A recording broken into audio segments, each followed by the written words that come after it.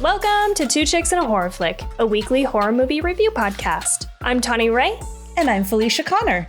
Subscribe to get new episodes every Wednesday. We dive into trivia, drink a little whiskey, and of course, give our no BS opinions. Join our Discord server or message us on social media to talk all things scary. And if you like the show, consider supporting us on Patreon. You can find all these links on our website, twochicksandahorrorflick.com. Thanks for listening. Now let's get scared. Hey everyone, welcome back. I love your hair. Thank you.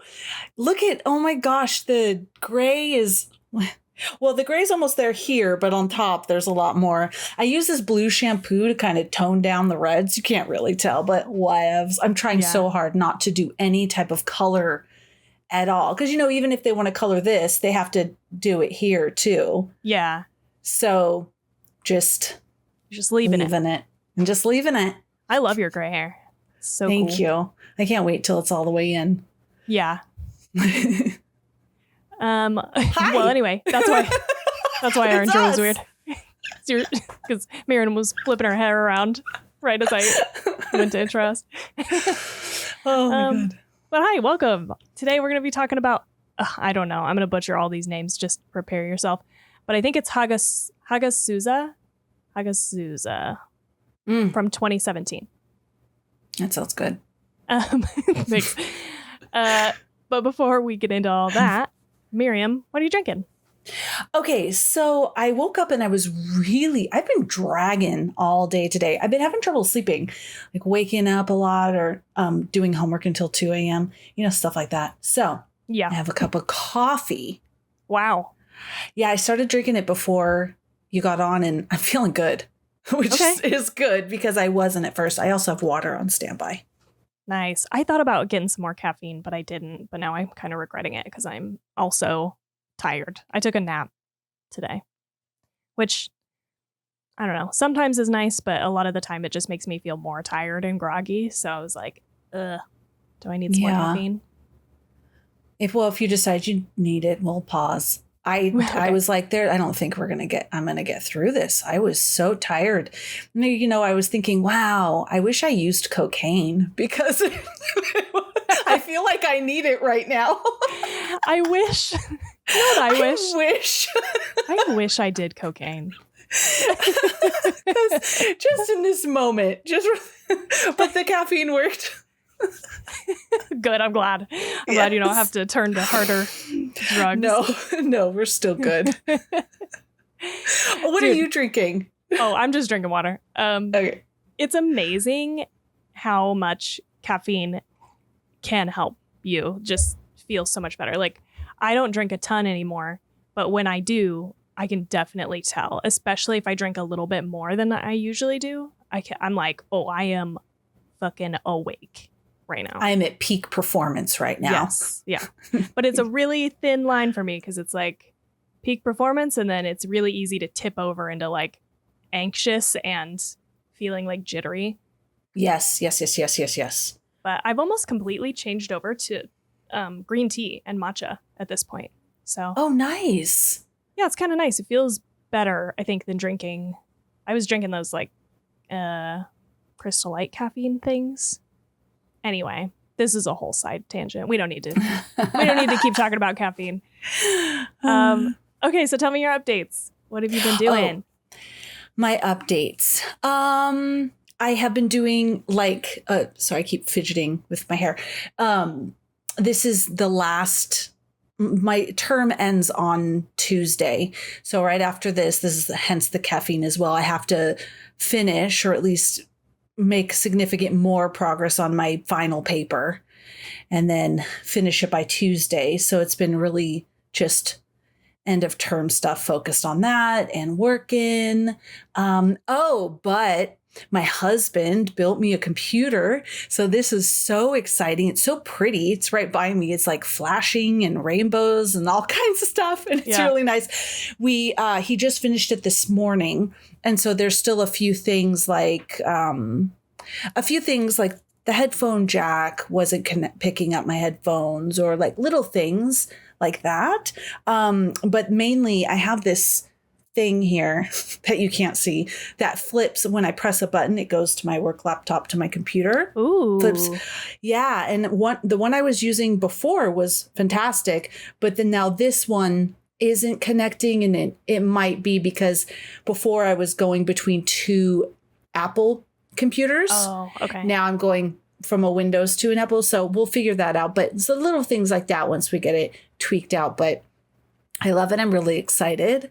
I'm going to do editing on it and, things. It's pretty. Yeah. Things. Yeah, but that's it. Oh, but then what have I been? Sorry. I am trying to. It's really nice. It's a long time since I've been on a Windows computer, though. Yeah. Okay, my hair's out of control. Maybe I should have left it up in a barrette. It's like crazy now. Okay. Anyways, oh well. So we watched Boots. That was fun. That was cute. Boots. That was like this guy. He was gay, or he is, or in the show he is, and he joined the Marines. And so it's like funny, heartwarming. It was a really good show. It was a series, and really enjoyed that. Black Mirror, finished all of them. Really liked it. Specifically, if you're going to watch it, take a look at Common People, Eulogy, and Plaything. I thought those were the best ones, but really enjoyed that whole season, the newest season. I started watching with TT, All of Us Are Dead. And that is a Korean zombie, like the kids are in high school and there's like a zombie apocalypse, but it's a disease that's making the people all crazy. That was fun. We haven't finished yet, but that was cute and that was fun. I think we started that like a couple years ago, and I don't think we finished it either, but it was fun while we watched it. Yes. And then I watched 3 Holocaust-related shows. I watched 2 two movies that are they're like acclaimed movies about it. Au revoir les enfants and Night and Fog. These were really good stories and documentaries about the Holocaust. But there was one I watched, which I thought was so fascinating, called The Commandant's Shadow. And it's on Netflix right now. And it was... Okay, the commandant of Auschwitz, the zone of interest, you saw this, right? The zone of interest. I haven't. Oh no, you haven't seen it yet. Okay, well that movie is about this guy, and so the guy who ran Auschwitz, their home, like their back wall of their garden, was up against the wall of the camp. That's how close they were. So it was about his grandson and his son. So the commandant's son, obviously the commandant is dead, but his son and then his son's son, right? So his son's son, his grandson is the one making the documentary. And he tells his dad. So I guess the dad, which was the commandant's son, didn't know he had like a really good childhood. And he was so young. He wasn't aware what was happening, and the parents hid it from him. So his son was telling him, and it was about this man's journey of discovering what his father had done. And then he met a survivor of Auschwitz, and, they connected, and it was just incredibly fascinating to see it from that point of view of he was just living his life. And then since I had seen the zone of interest, that was really fascinating too, because the zone of interest was based on that family. So anyway, interesting. Yeah, it was very interesting.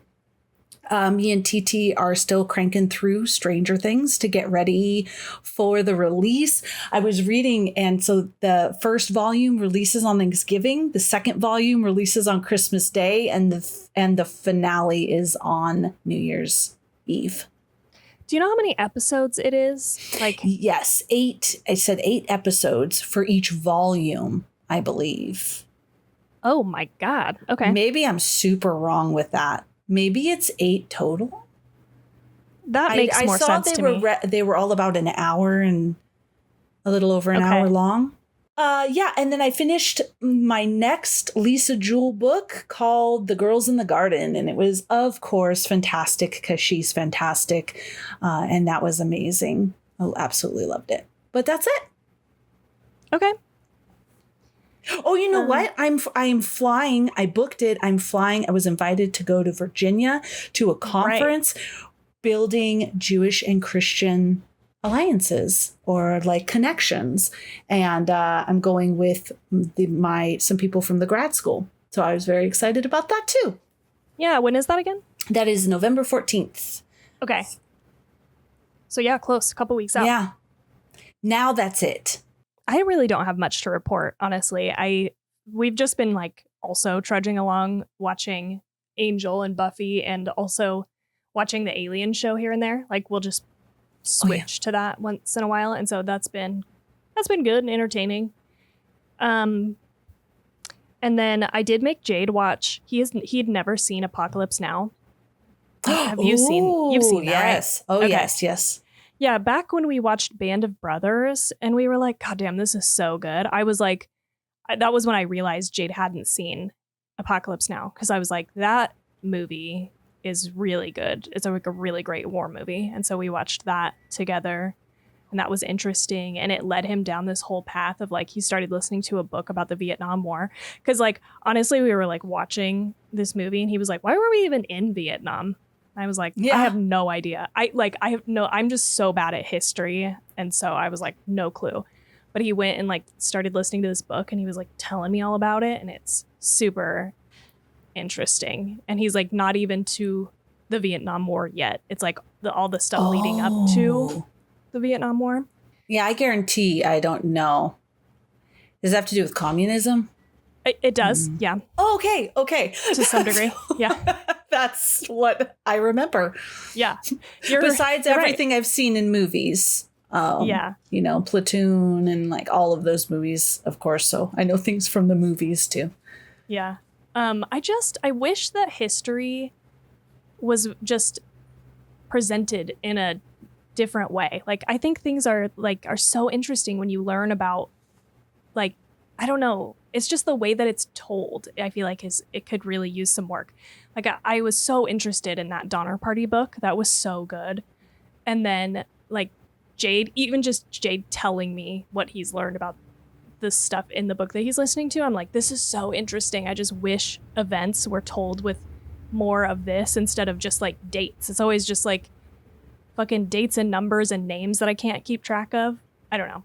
Anyway, that's my... No, I agree with you. Like we need to know major dates, like when did this start happening, but not all the little intricate dates within it, because more behind the why and those details. I guess there's so much history to learn. It's not until college that you can take Holocaust history or Vietnam War or something very specific. But yeah, I agree. Yeah, I remember, I think I told you this, but when I was in college and I first found out that America had concentration camps during Pearl Harbor, I had no idea. I think I told you this, right? I was so mad that I was not told this information. This information was withheld. I should have learned this in high school. I was just stunned. It was my very first like semester out of high school. And I learned this thing that seemed so major. It seemed like we should have known this. No, that's a really good point, because I think I knew that, but I don't think I knew that from high school history, like, or because I feel like all you learn in history is like kind of like Britain's history, and then you get into like coming to America and like people colonizing and stuff, and like that's it. I feel like we don't do any like, or we didn't, at least that I remember, like modern history stuff, which is super useful. So yeah, you're like, right? Why didn't anybody tell me? That's I'm pretty sure. Shit. I don't give a shit about the Tea Party anymore. Okay, I don't. The Tea Party, the Boston Tea Party. I definitely that could be remember like learning two about sentences. that. Yeah, come on. 2 sentences. But I totally agree. I'm trying to remember when I learned about all these different things about slavery, and I was wondering if it was in high school or college.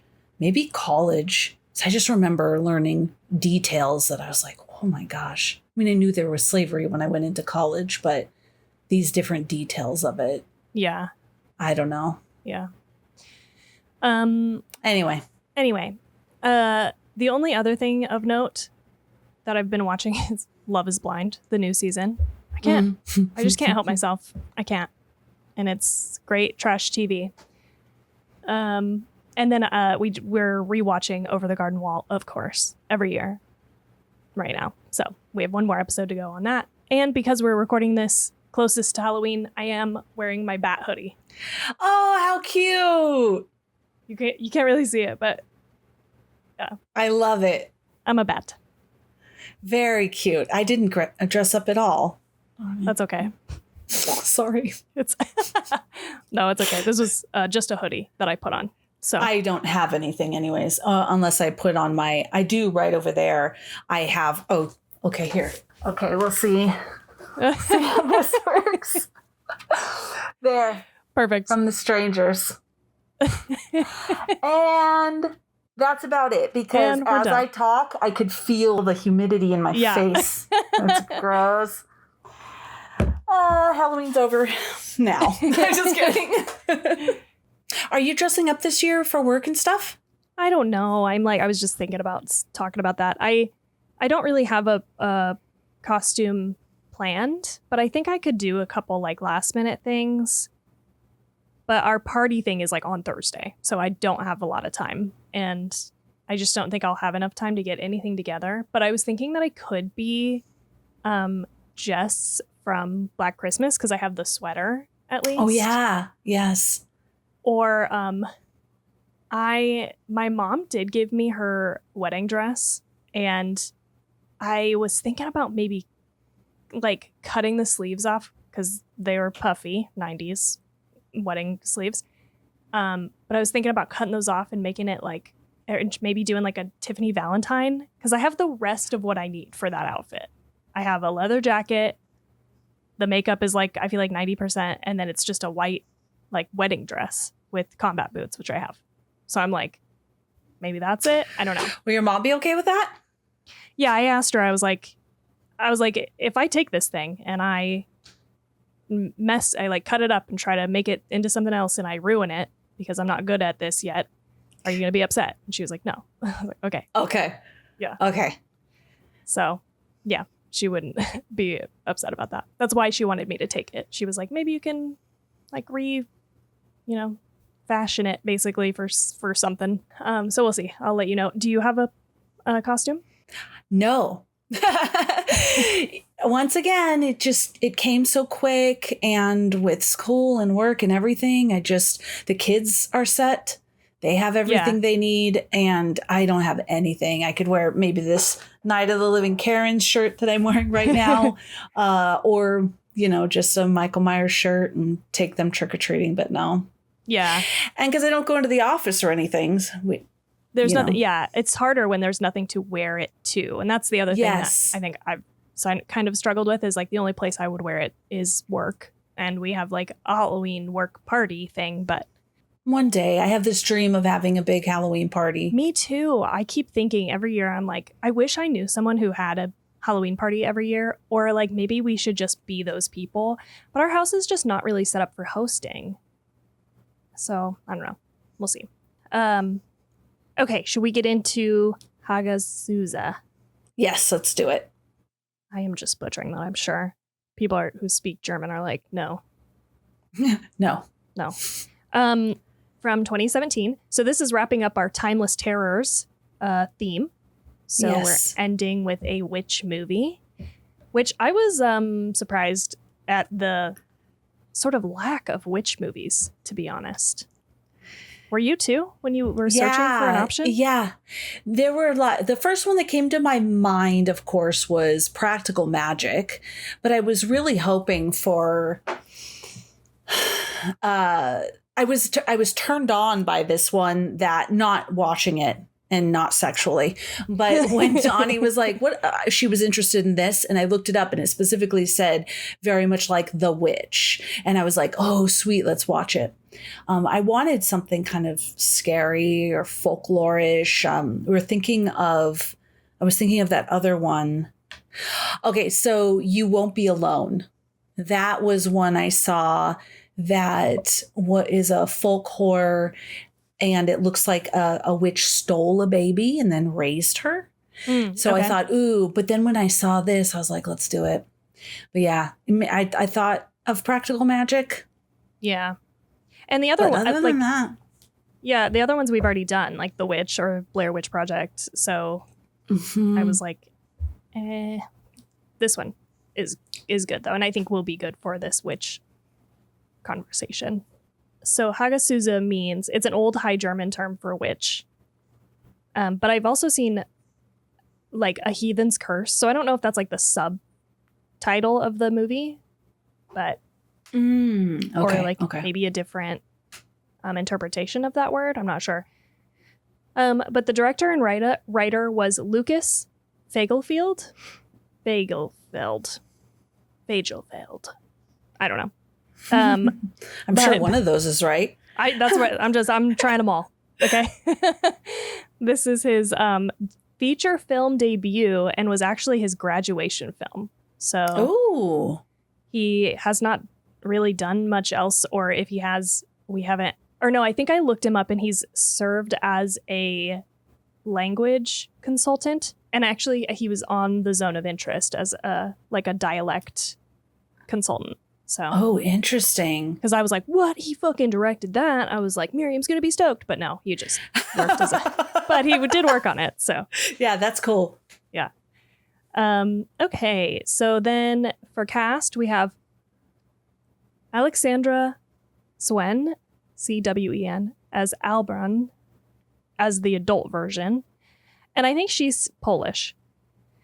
Then we have Selena Peter as young Albrun, Claudia Martini as Mother, and then Tanya Petrovsky as Swinda. Small cast. As far as ratings, so 5.8 out of 10 from IMDb, a 3.2 out of 5 from Letterboxd, and 93% from Rotten Tomatoes. Wow. Okay. I could not find any budget or box office numbers. I imagine that this was a very small budget movie, though, based on the fact that it was a school film. But damn it, does it look good. Yeah, it looks amazing. It looks like a, high budget movie. Okay, and then I just have this little summary. So turn back now if you don't want this spoiled for you. Set in the 15th century Alpine Austria, Hagazussa follows Albrun. I'm really struggling with that name because I feel like when they say it in the movie, it's like a V. It's like Alrun or something. Anyway, sorry. Just bear with me while I fucking struggle with that name. It follows Albrun, a young woman shunned by her village after her mother dies of illness.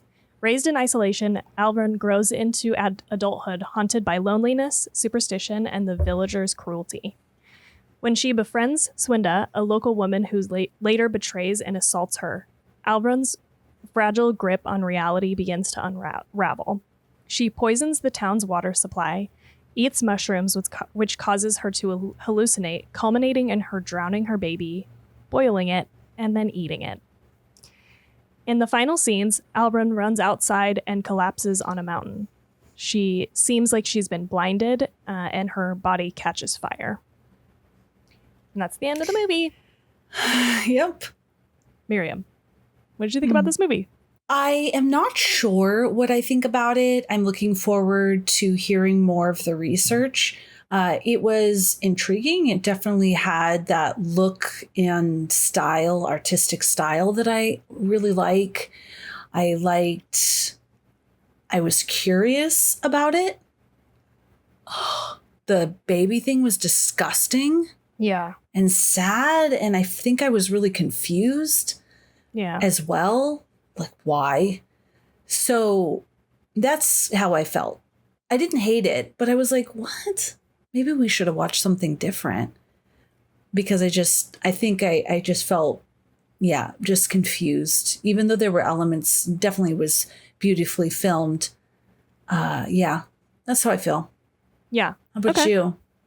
I feel about the same. I will say that once I did a little bit more research, and since I've been like sitting with it, I like it a little bit more, but I definitely finished the movie feeling like very confused and like, what the hell. Yeah. There is not much explained to you in this movie, which sometimes I like, but this time was a little bit rough. And I don't have like a ton of research. I mean, there really wasn't a lot. I think there was like one fucking thing on the like IMDb trivia, but I went and I read a couple of interviews with the director. And so I have some of that information at like what he was going for or things. And so knowing those, I think I liked it more. And it really has like kind of stuck with me in a way that I didn't think it would originally. Because, man, this is a slow fucking movie. I fell asleep, actually. I had to, like, restart. Well, I didn't restart, but I fell asleep, like, right before the last, like, 10 minutes. Like, right before shit really goes crazy and pops off. I was, like, falling asleep on the couch. So I started up the next morning, the last, like, 10 minutes. And then I was like, Jesus Christ. I fell asleep right before it took off, you know? But, man, there's, like, very slow shots. And so I was struggling with that at first, but yeah. Overall, I think I did like it in the end. So okay. Is she a witch? Are they witches? They're not. Is she Jewish? And people might be like, oh, for the Miriam, not everybody. No, the reason I ask. Shut up. The reason I ask is because when that man was assaulting her right before that, didn't the woman say something about Jews? And it sounded like it was around maybe the time of, well, I don't know when it was around the time of, but she mentioned something about, unlikable people and said Jews. And then I thought she'd said something like, you smell like, you all smell that way. And I'm like, wait a second. Oh, is she like, hates Jews? Is there this kind of anti-Semitic what? I mean, that's not uncommon, but I was just wondering, especially throughout history, but I was just curious of where that played into. There's like, is this whole movie about that? Is this like what? That's a good question. I don't think so, because I didn't come across really anything in what I read about it. But I'm not going to say that it's not. It certainly could be.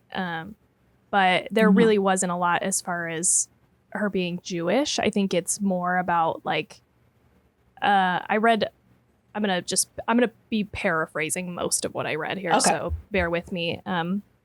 But he said it in a time where there was kind of this sort of influx of Christianity. And that was kind of at odds with like the previous sort of like pagan and more based religion. And, how some of those older, what am I trying to say? Like rituals or whatever, like they started to be seen as potentially bad or negative. And so I think it's more about them just disliking her. The Christian influence, right? Okay. So that makes sense. That makes a whole lot of sense. So not only against paganism, but when Christianity was growing, there was a big focus on separating Christianity from Judaism as well. So there was a lot of like Jews as Christ killers and don't, follow Judaism and the conscious effort to kind of push those two apart by making people see Judaism and Jews as bad. So that was just okay, I see. So when she had said, because I forget what she said right before that, she had said something and Jews.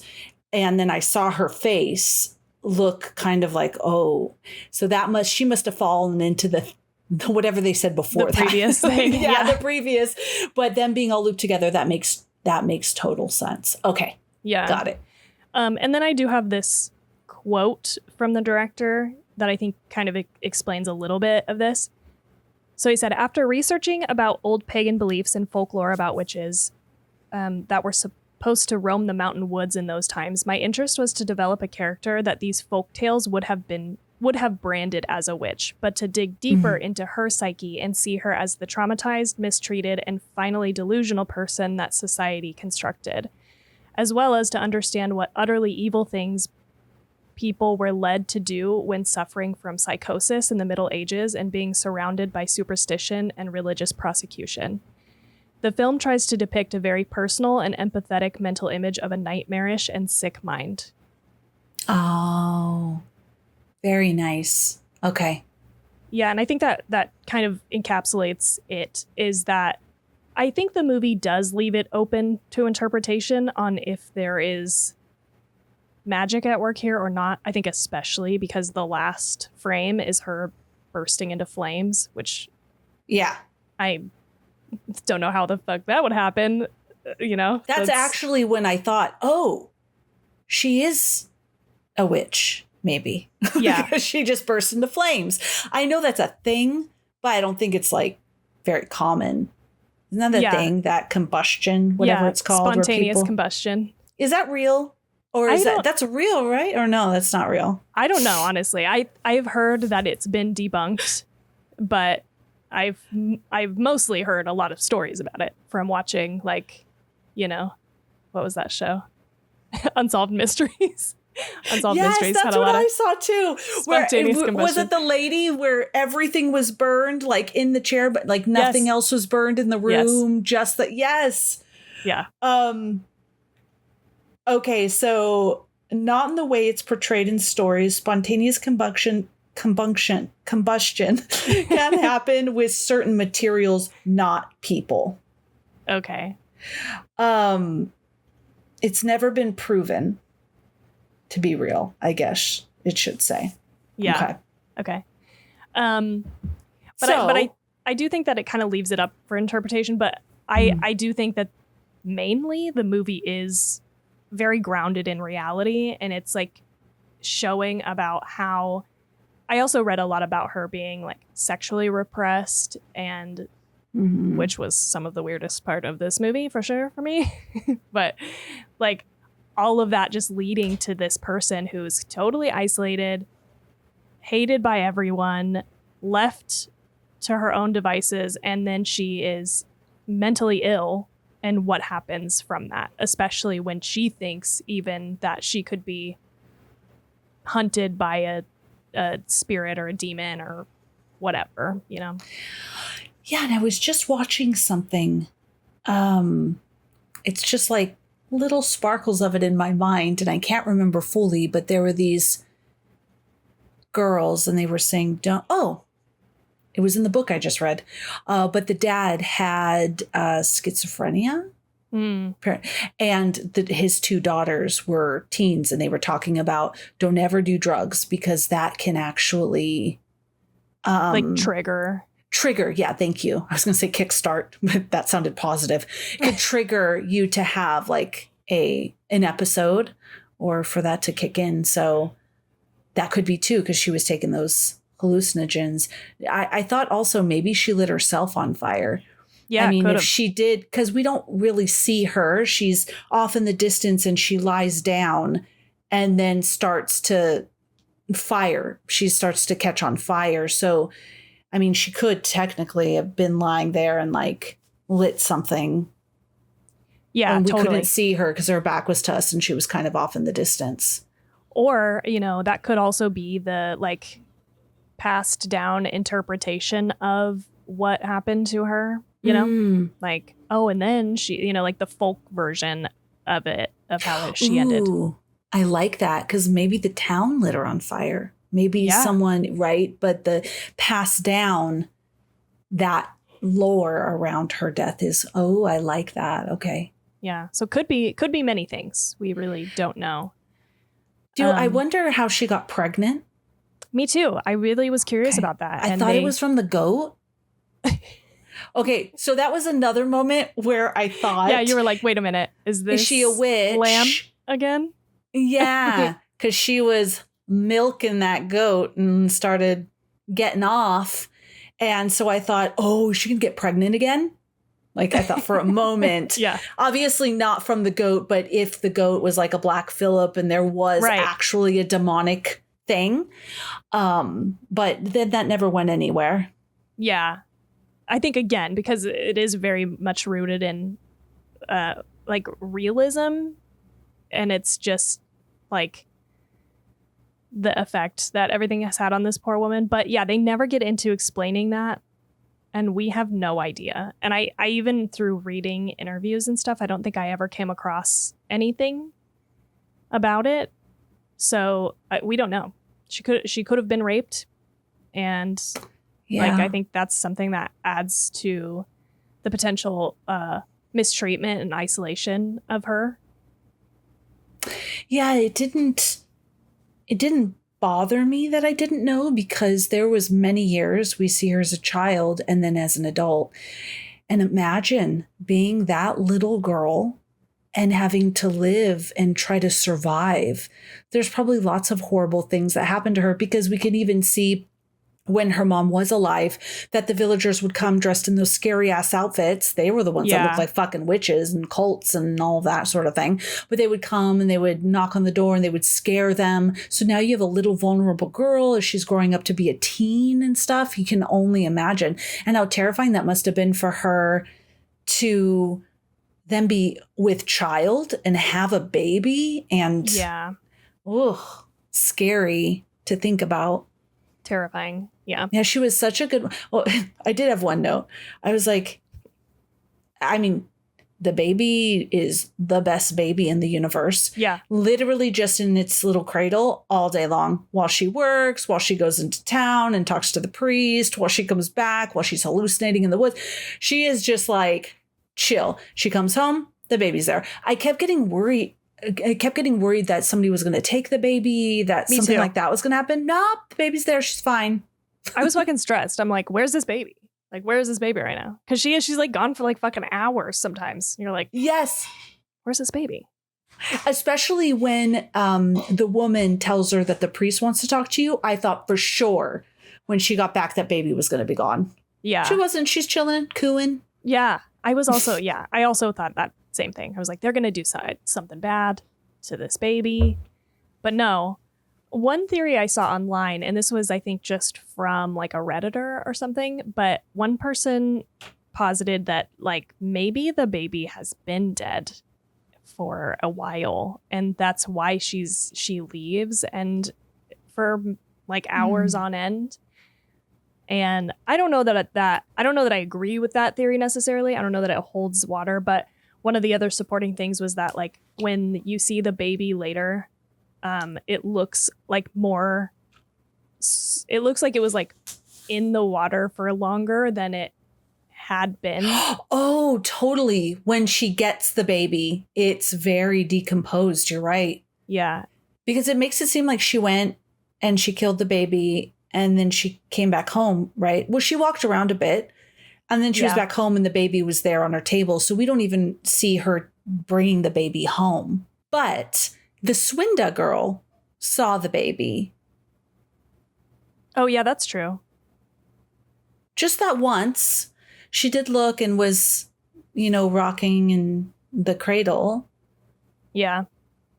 Could have been after that, maybe. I don't know. Unless it was empty and she didn't hold her or anything. Yeah, maybe she was just it is curious because you see the baby just in the cradle. Okay, that's interesting.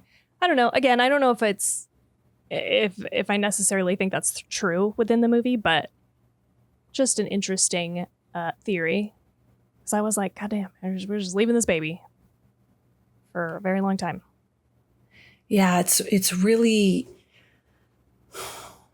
I feel like religious leaders need to be very careful with what they're saying as far as I'll stop being ambiguous, and I'm not taking a stance on anything. This is just a what I noticed, and maybe I had talked about this already, and if I had, let me know and stop me. But I was watching Charlie Kirk's funeral memorial service online on the TV, and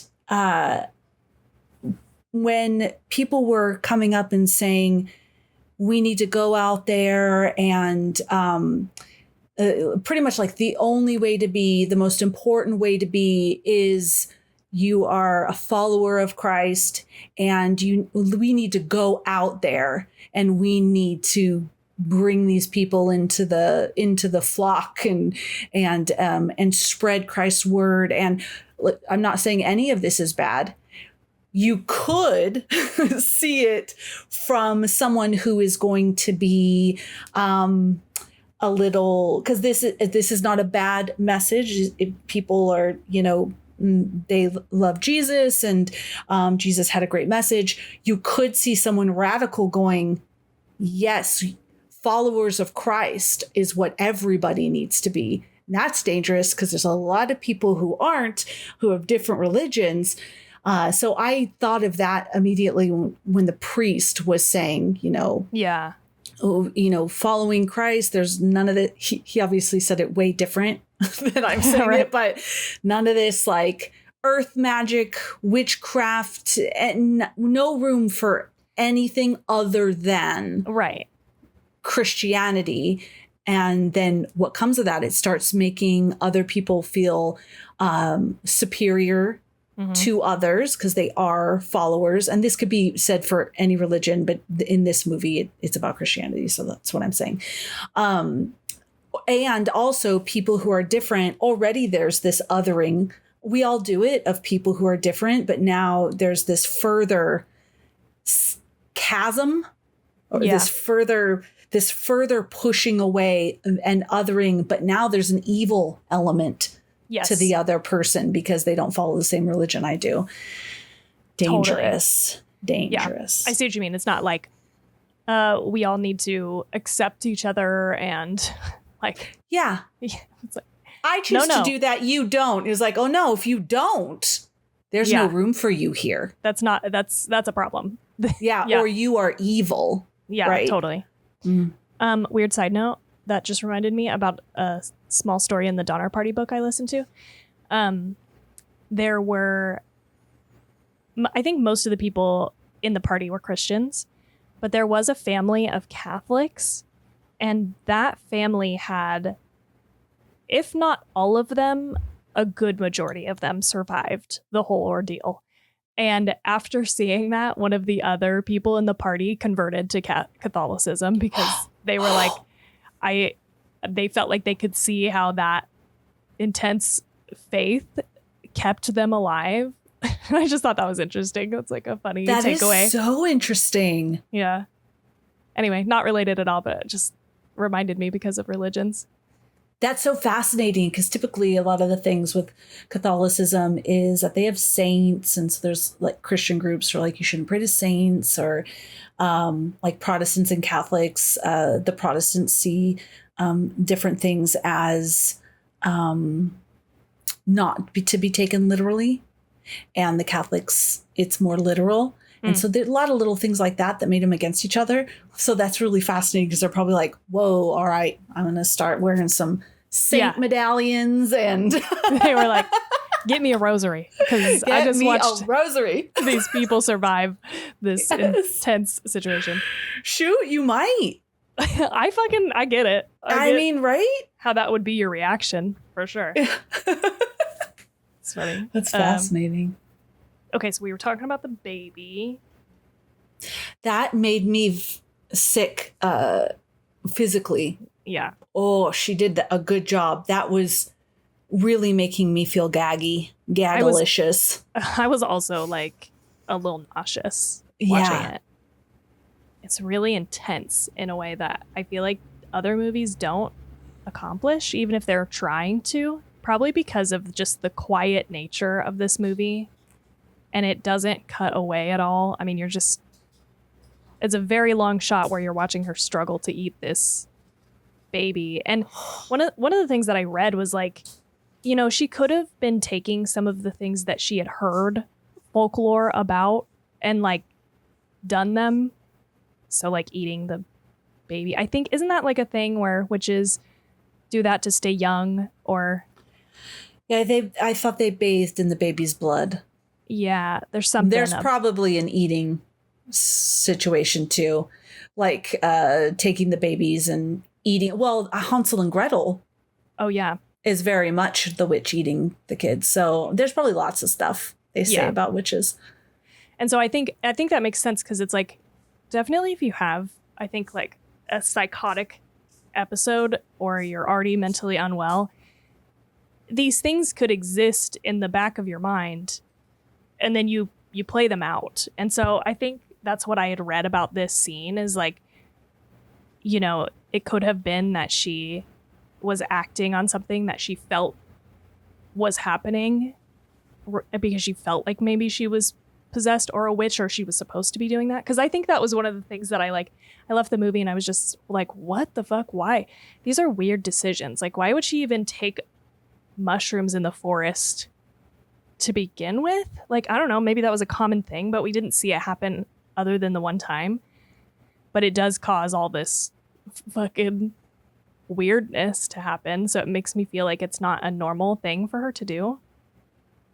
Now I wonder, so I saw a true crime thing where the mom tried to kill her child, and she was really, when they were interviewing her, she was so calm and was like, I don't know why I did it. Just did it. But she also had schizophrenia.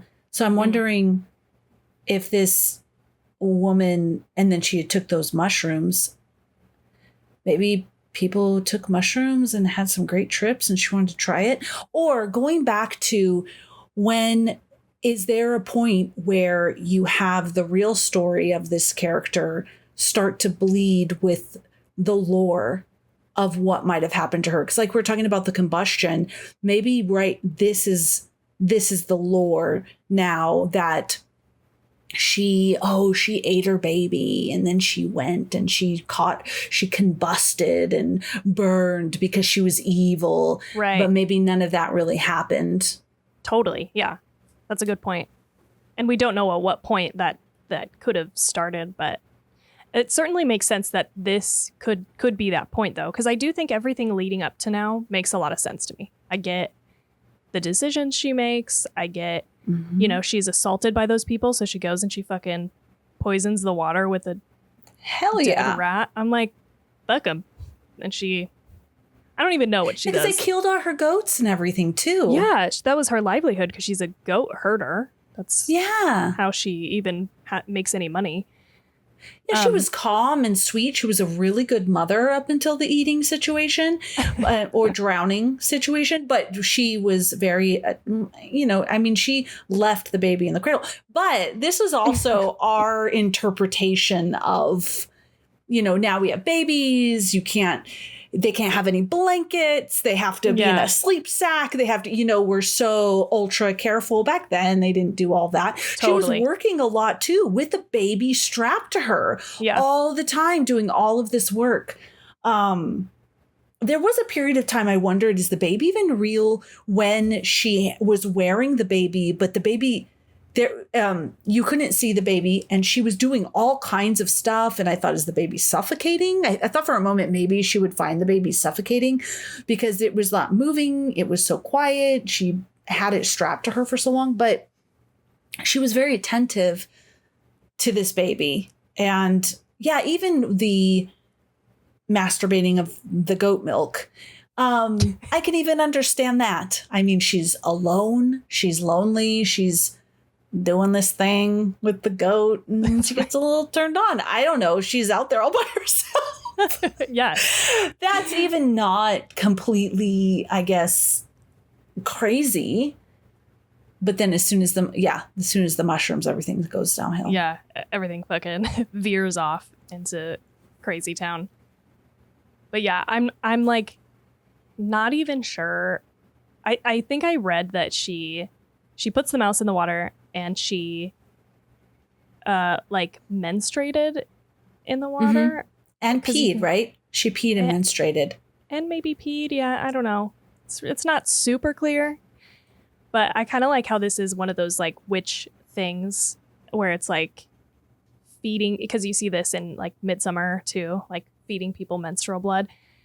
Maybe she was just on her period, She was just going to pee in the river. It wasn't anything intentional necessarily, but just happened to be.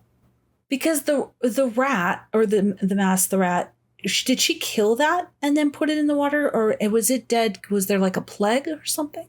I think she had found it dead and put it in the water. Yeah, that's right. And there was a plague. right? They talk about some kind of an illness going through? I don't Or am I remember. thinking of a totally different movie where there was? I don't remember that being a thing plague. before she saw them piling up the bodies, but I could not. It's possible I don't remember. There was an illness. Well, she caused it with the rat. Yeah. Okay, so it's ambiguous too if she actually did a spell and it worked, because I don't think you would die from drinking menstrual blood, even drinking urine. Ugh. But there was something with the rat. Yeah. In the water, or she did a witching spell. I definitely just thought it was out of spite. I definitely was like, oh, she was just like, fuck you. I'm gonna pee in this water. Like, you guys are dicks. Oh yeah. Oh, you don't think she was intentionally trying to poison the water? I think she was with the mouse, but I think the like urinating and or menstruating in the water was just salt in the wound. You know what I mean? Like, oh. Yeah. I think she was just fucking mad and she was like letting him have it. I don't think that was like she was trying to do a spell. You know what I mean? Oh, but that's I thought that was like a spell. Okay. That's one of those things that I think is really interesting, because you can look back and say that it was a spell and associate it with that. But I think personally that she was just fucking mad. And she was like, you know what? That dead rat's not enough. I'm going to pee in your water, bitch. Yeah. And menstruate in your water. And, I just happen to be on my period. So. And spit. Get a load of that too. Yeah. What else could I do? Blow my nose. Ugh. Yeah. Yeah. I mean, gross, but. And then everyone starts dying. Oh, God. It's nasty. Yeah. Oh, wait. I have a thought. Okay. Remember when we watched that other movie about suicide? And the woman who had to get married, and it was like old world, like this one. It's totally flying out of my mind. We did all the research. It was about a true event. This is why I went back to grad school. Like, it was so. Oh, yeah. The Devil's Bath. Yes, the Devil's Bath. Remember where there was a whole thing? I have the papers somewhere. I got all deep into this, where people would it was if you killed yourself, you would go to hell. Yeah, and so people would kill children, and then they would get arrested, and before they were killed for the murder, they were given the opportunity to confess. Yeah. Just because there's that Christian element, I wonder if that played into anything at all of her killing her baby. Often people drowned the children, the babies. Yeah, they would drown their baby, get arrested, and then be redeemed because they would confess, and then they would be killed. That's such a good connection. I would not have made that connection, but I do wonder. I mean, yeah, you have to wonder, like, is that what happened here? Did she do that knowing that she would eventually be burned at the stake for being a witch, and maybe, like, that last thing is representative of her being burned? Yeah. But I don't know. She doesn't seem especially Christian, but we don't know what's going on inside her head. She's very... No, yeah, she's not Christian at all, but must have been an influence of being Christian is the right way to be, and the way you are is wrong and evil. Yeah. And that's got to have played in her mind, right? Because she definitely wanted to be a part of the town. Like, it's not like she went out of her way, but when that one woman was pretending to be her friend, she was smiling. She kind of found joy. Maybe she made a connection, and that turned out not to be what it was at all. So I'm sure there was this element where she didn't feel like she was an evil witch and was normal, but other people weren't treating her that way, but she didn't know how to get accepted by them. So it could have been an element. Maybe not. Yeah. No, I think that's a good connection. And I'm glad you reminded me of that movie, because my coworker was like, we were talking about this movie, and he was like, if you have any other recommendations that are like the same tone as this. And I was like, I know there's another movie besides The Witch that is in the same vein. I could not remember what it was, but it's The Devil's Bath. The Devil's Bath. Yeah. Yes. I kind of want to go back and talk about her mom for a minute, because we skipped over that. It's in the very beginning, and it's now making me think about the movie being bookended by ambiguous things, because I feel like a lot of what happened with the mom felt less like mental illness and more like she was possessed by a demon or something. Like, it all happened very fast, and she suddenly seemed to be like a very different person and was doing very weird things. So I don't know. I don't know what your read on that was, but she was probably isolated too, and probably also suffered a bunch of, terrible things, but we don't really see that in the movie. And so I don't know if it's like a generational mental illness situation, or if she really truly was, she got by some spirit.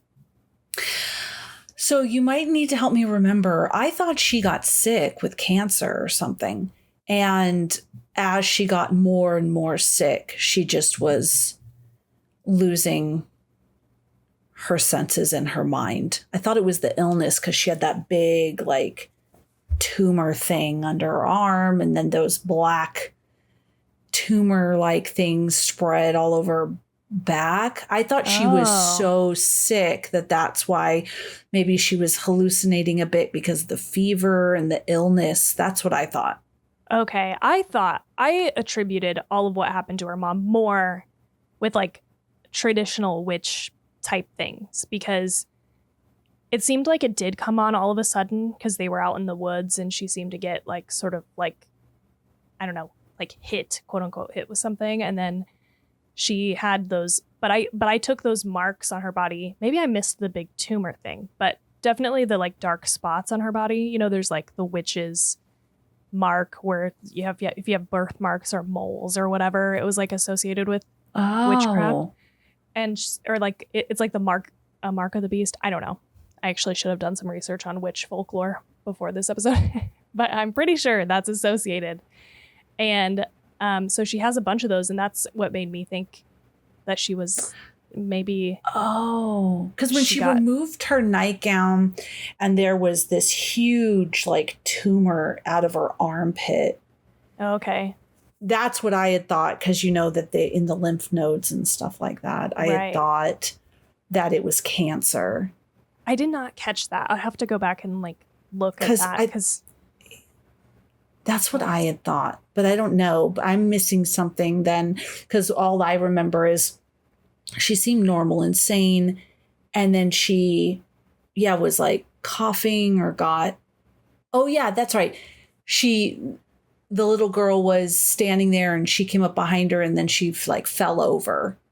I had just thought she'd just gotten to a point where she was so progressively ill that she couldn't continue on and it took her over.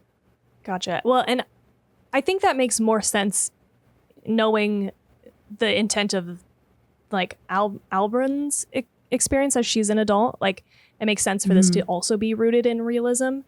So I don't know. I thought the way she was acting seemed a lot like weirder to me, but maybe it's because we don't see as much leading up to this with her.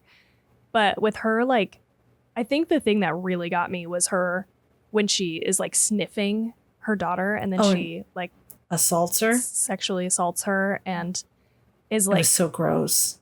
But she's like smelling the period blood. I don't know, something about that felt very so like gross. Sinister to me. Like it was some evil spirit like preying on this family. But again, that was the one thing too where I was like, what, why? I mean, even if you were like hallucinating because you were sick, why would you do that of all things? Yeah. I just kept thinking how, I hope it's not contagious. She's sleeping in that bed and like sweating on everything, and she's like touching her mom. But then she does go out into the night and like dies in the swamp, and there's a snake on her, and then I forgot that there's a snake on Albron later too. That's after true. Her, like, whole trip. Yeah, when she's in bed and it's crawling all over. Ew. Yes. I do think that this, like in hindsight, is a good movie. It just was a little too slow for me at the time. I think I was feeling impatient and I was just like, help me move this movie along. But I have a note about that too from the director. So he said, my first approach was to create a film that put the viewer in a certain hypnotic, dreamlike state, and by that offering a view into the mind of a delusional person. To do so, it was clear to me that we had to push for a certain style and pace, rhythm, and storytelling. A lot of dialogue seemed unnecessary. The idea was for the audience to let themselves fall into the mood of the story rather than to explain certain states of mind via dialogue. I know it does not make the film easier to digest, but I'm sure that in the end it will have a deeper effect. A lot of people are telling me that even though it did make a certain effect while watching, the movie stayed in their subconscious and kept on reoccurring for a long time. Yeah, I would agree with that.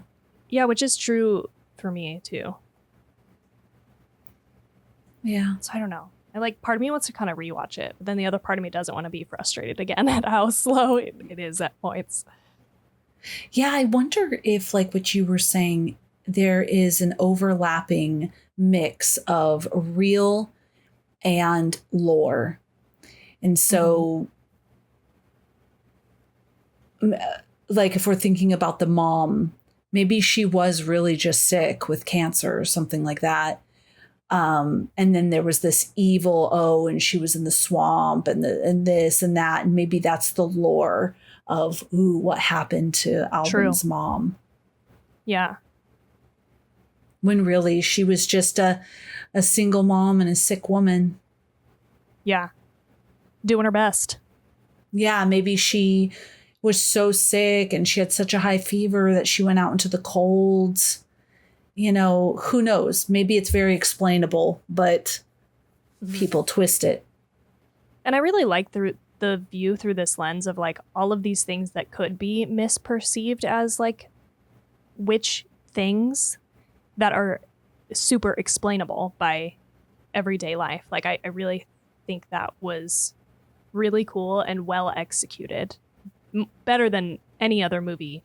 Because I feel like there's some movies that kind of try to strike this balance, but end up having, like The Witch, I feel like has, I'm not going to say what it is, because it's a spoiler, but like it kind of has you on edge for a little bit, and then the end answers the question for you for the most part. But this one is left really ambiguous. Yeah. Yeah, I agree. But you can see how all these things are adding up to witchcraft, and folklore. Yeah, I was nervous that someone was going to see her getting a little friendly with the goat. And I'm like, oh, this is not a good look. Yeah, same. I was like, oh, these people already think you're a witch. Like, do not. Yeah. Well, I was surprised at her lack of urgency to stop doing what she was doing. Yes. It's like, oh no. And then that friend was calling her name. I'm like, you need to get up. Get out of there. Get out. Oh, that was uncomfortable. Well, we ready to rate it? We're ready. Sorry, that was a yawner. The coffee's wearing off. All right. So I think I am going to, the number that feels right to me is 3.2. Okay, 3.2. There were some movies where I was like, oh yeah, I liked that more, and others like, but I don't know. That's the number that came to me. I'm going to go with it. 3.2. Okay. I think that's a fair number. And I hesitated because I'm like, I wonder what you're going to say because it might sway me, but okay. I don't think so because I'm going to give it a 3.5. Okay, sweet. Yeah, I'm like in the same area for sure. I mostly looked at like Frau Wicca and The Devil's Bath, which are like similar kind of movies, and I liked those more. But I did like this. I think it's a really good movie, especially considering that it's a film school movie and this person's directorial debut, and I'm sure it was a small budget. Mm-hmm. Like, it's very effective in what it's trying to do. It just was a little bit boring at moments for me, which is why I don't want to give it a higher score, but yeah. 3.2 for you. Ooh, Yeah, sorry, 3.2 for me. Because I agree with you. I felt it was beautiful. It was intriguing. It was a little slow. I'd probably give it more if I know there's this balance of leaving it up into interpretation, and there's movies we've watched where I'm so happy they did that, and it was, it was really effective. For this one, I feel like I just want a little more. Like, if it was that she had a mental illness, that maybe if we could have seen that a little bit more, and so, or something, whatever it is, maybe it is the lore mixed with reality. Maybe if that was just a little more obvious, I don't know what it is. But I definitely would have rated it higher if there was just a little more understanding. Again, you don't have to spoon feed me. I hate that, but just a little bit more. I don't know. I agree. I don't really know how to explain it, because there's times where you just like that lamb movie. You did not like that. But where I really liked, like, maybe this is just something that happened, or maybe this is like, this whole thing is lore and this is where it comes from. And I dug that one. This one, I think maybe because I was just confused. Well, there we have it. I hope you liked it. It's a heavy movie. It was a heavy movie. If you've seen it, we'd be really, that goes right into, if you've seen this movie, Hagazussa, then please do share, join our Discord, or share with us, find us, tag Two Chicks in a Horror Flick with your thoughts and ideas, comment on our post. So curious. There's so many questions, and love to hear your takes. And while you're there, please, if you like us, give us a follow, and also have a fun Halloween. I mean, October, we're in the last week.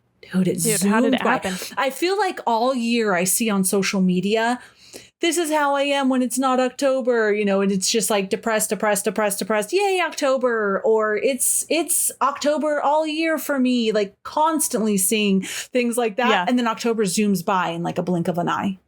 Yeah, totally. I don't know how People that have been happens waiting all year for October, and now it's almost done. I hope it went by slower for all of you October horror lovers than it did for us. But Agreed. anyways, What else, Tawny? Yeah, if you want to support the show, you can give us a like, review, and subscribe on whatever podcatcher you're listening to this on. That's it. Happy Halloween, and we'll see you next time. We hope you have such a good night. No nightmares.